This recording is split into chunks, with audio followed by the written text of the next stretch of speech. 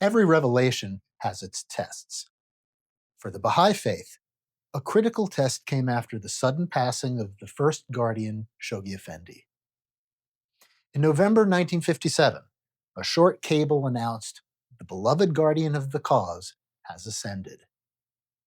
The message was brief, but its impact on the Bahá'í Faith was seismic. Days later, more telegrams followed, one of them urging the believers to cleave to the institution of the hands. Well, for Dr. Leland Jensen, the alarm bells started ringing. He knew the covenant well.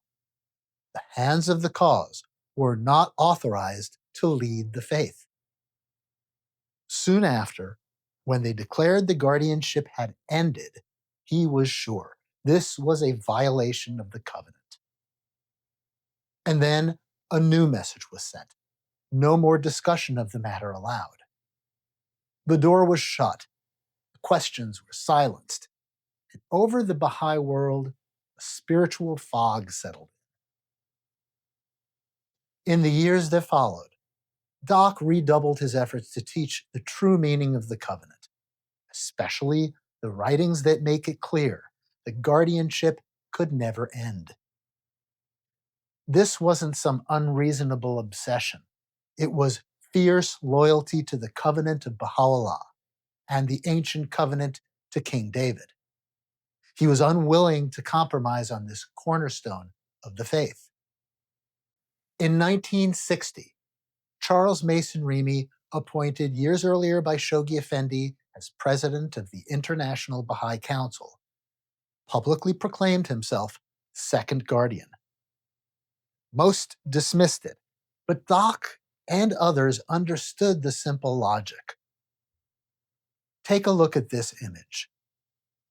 The left side represents the International Bahá'í Council, which Shoghi Effendi referred to as the embryonic international institution.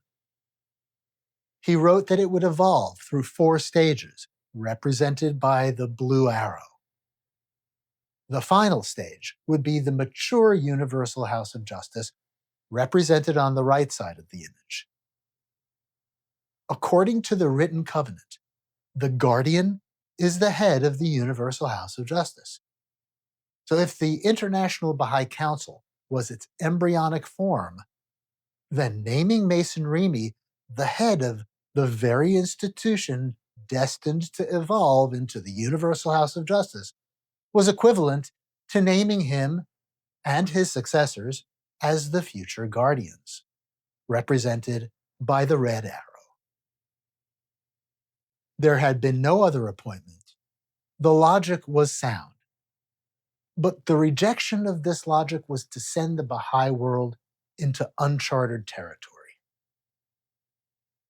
Doc accepted Mason Remey, so did thousands of others, including the National Spiritual Assembly of France.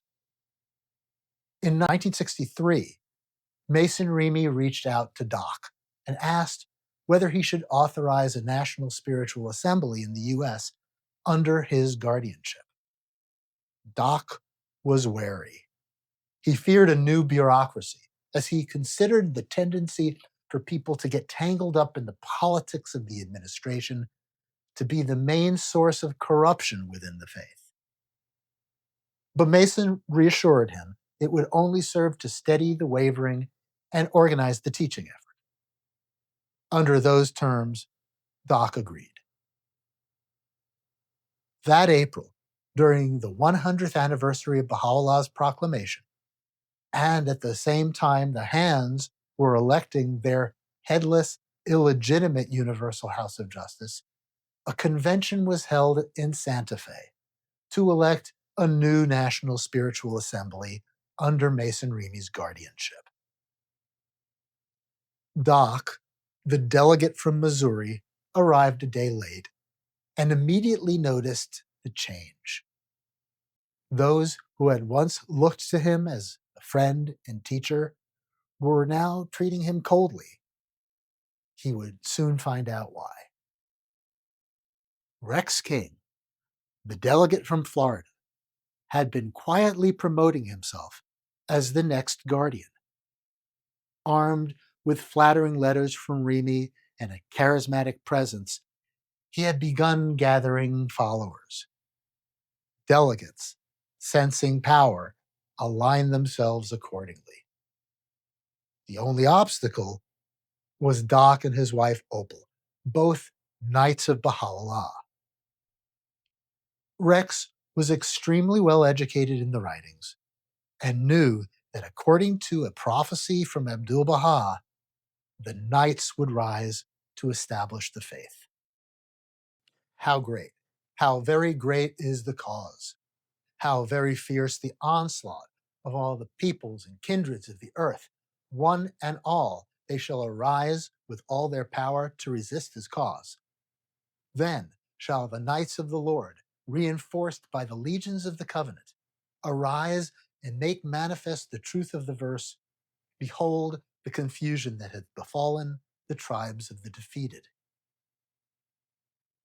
All the other knights had followed the hands. Rex must have been aware that only Doc and Opal remained to resist the onslaught.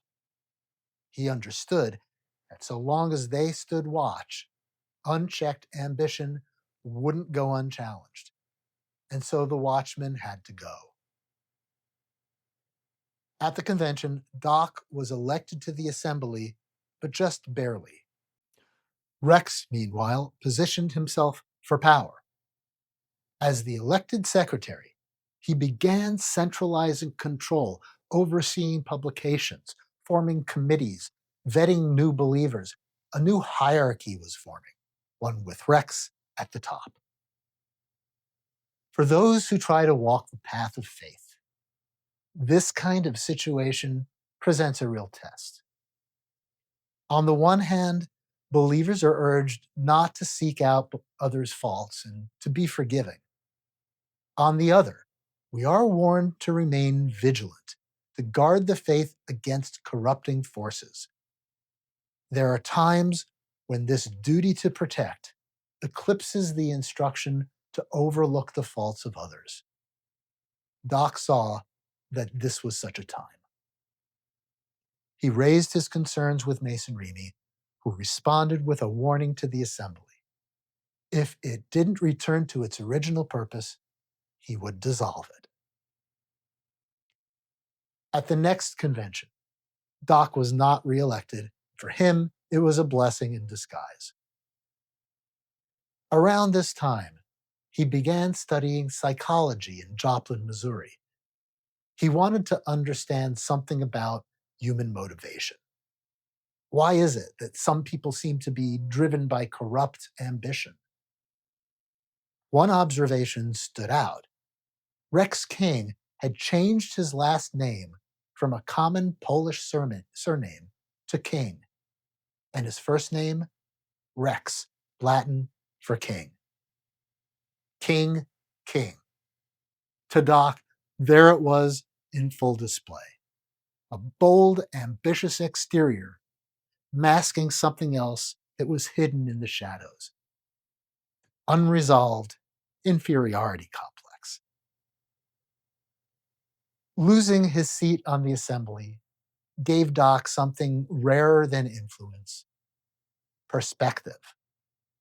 As he stepped back from administrative affairs, he stepped deeper into reflection, study, and preparation, because soon the tests would grow sharper, the circle of allies smaller, and the cost of faithfulness higher.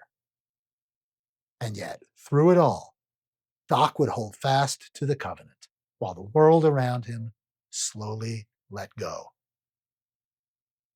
For more information, visit schooloftheland.com, where history's oldest promise meets humanity's future.